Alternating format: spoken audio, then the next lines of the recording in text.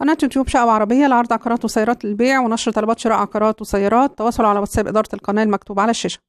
بدأت اليوم منصة مصر العقارية المرحلة الثانية من حجز شقق سكن لكل المصريين، والبلغ عددهم 400 ألف وحدة سكنية موزعة على أغلب المدن الجديدة والمحافظات، بعد أن تم تعطيل الحجز الإلكتروني الأسبوع الماضي بسبب التحديثات الجارية.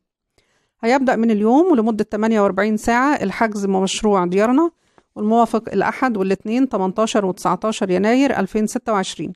أما الحجز في مشروع ظلال فهيكون يومي الثلاث والأربع 20 و21 يناير، والحجز في مشروع الإسماعيلية يوم الخميس 22 يناير. أما مشروعات جنة وسكن مصر وروضة العبور والإسكان الحر هيبدأ الحجز بهم يومي الاثنين والثلاث 26 و27 يناير. وبتوفر منصة مصر العقارية فيديو توضيحي عليها بيشرح خطوات الحجز بالتفصيل لتفادي أي أخطاء، وتم تفعيل الخط الساخن 17620 للعمل على مدار الساعة لاستقبال كافة الاستفسارات وحل أي مشكلة تقنية بتواجه الحاجزين خلال عملية التخصيص.